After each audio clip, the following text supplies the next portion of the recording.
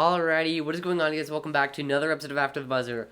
One crazy game today, and another the way I expected it to go. Now, I'm guessing that most people do this, but I made the picks in my mind for tonight's games, and I really thought that Philly was gonna win this game.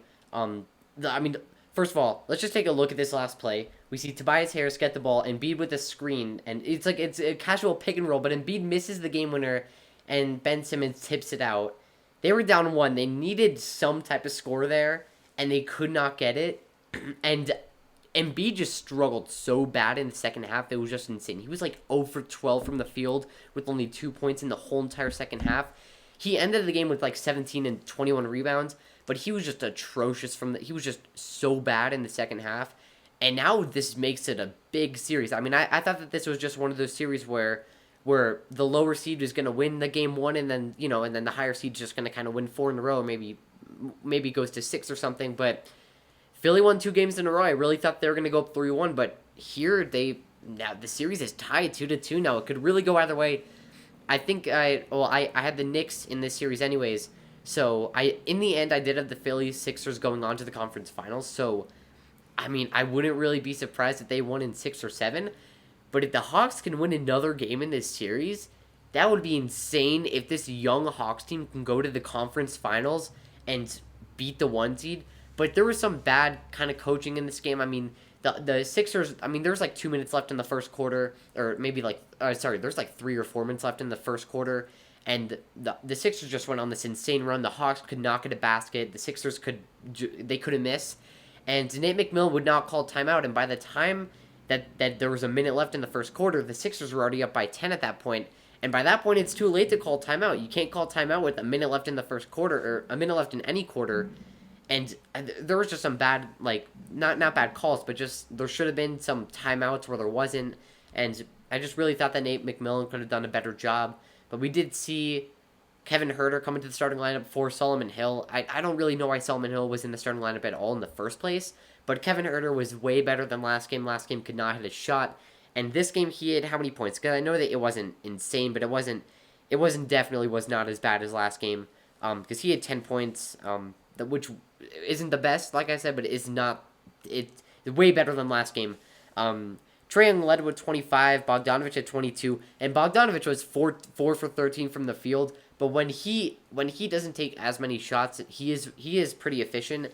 And this has been looking like a really, really good move from the deadline. We saw he got like traded to the Bucks from the Kings sorry, it wasn't at the deadline. It was at the end of last season, or right before the beginning of the season.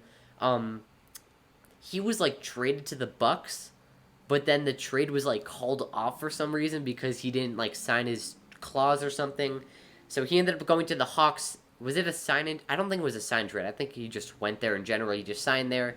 And it's been looking pretty great. I mean, in the end, we don't really know where the Bucks stand. I mean, Game 5 is tonight, and Harden, it looks like he will be playing. It looks like Irving might be out for the series, but Harden might be playing. But yeah, this was a pretty good game. It looks like the Sixers are starting to find Trae Young's pattern. He struggled from the field. He was 3 for 11 from three-point range. But this was insane that surprised me about Trae Young. He wasn't hitting shots at the start. He started the game like with 0 points but 5 assists. He ended with 18 assists, which was so surprising to me. And not in a bad way, obviously a great way he's finding a way to find his teammates open. We see him most likely being double teamed. That's why he was struggling, and he just finds open teammates, whether it's Capella or Bogdanovich or John Collins. We saw there were some times where he lobbed to Capella or Collins, but they could not finish the dunk for some reason. But the Sixers just went on this huge run in the second quarter. They outscored them by how many? Because I know it was a lot. Because they outscored them by what? They outscored them. Okay, sorry. They were up by 8 after the first quarter. Then they were up by 5 after the second quarter. So they were up at 13 at halftime.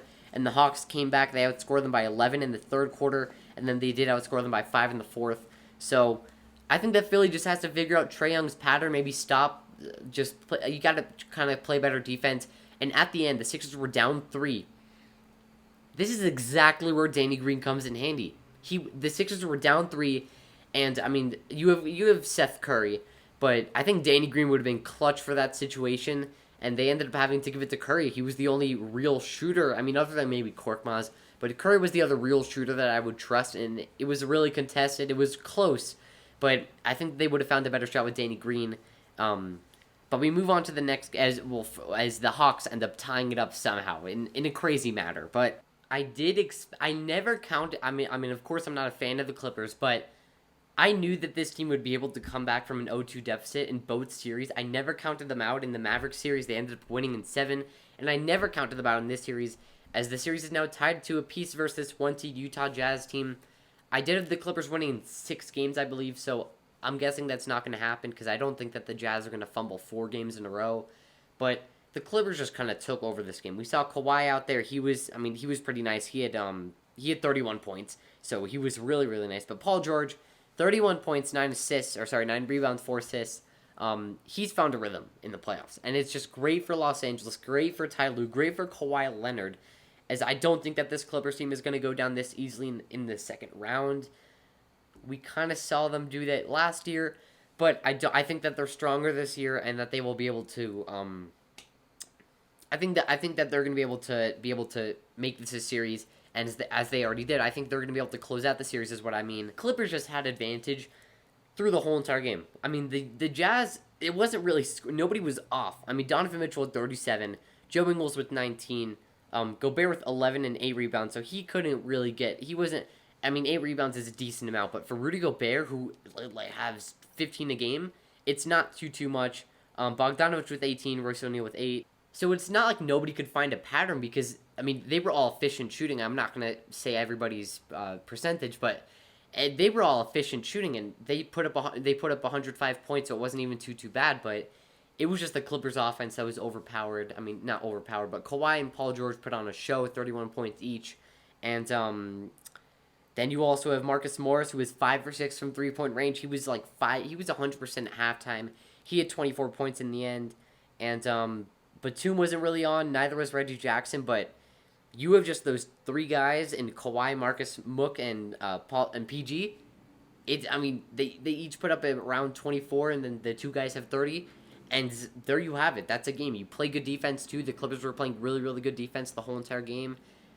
It was just really, really nice. It was just a really, really good performance by Los Angeles, and I think that they're going to be able to get it done, whether it's in 6 or 7, more likely 7 than 6, but we'll see. I'm also going to be adding a new segment to the After the Buzzer videos, which is basically a pick'em, because what I do is I record the After the Buzzer the day after, just because of the time zone here.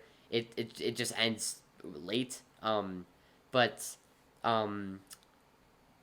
Yeah, so we only have 1 game because now with the Suns moving on, we only have 3 series left, which is both is 2-2.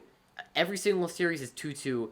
So, it's a close series. None of them are sweeps. None of them are even in 6. They're all at least in 6 or 7. But we have Nets Bucks. Harden is playing. Kyrie is not. I don't think Harden's going to be 100%. And listen, I know that I had the Bucks away on the first round, so I kind of don't really want them to go to the conference finals because, first of all, they beat my team.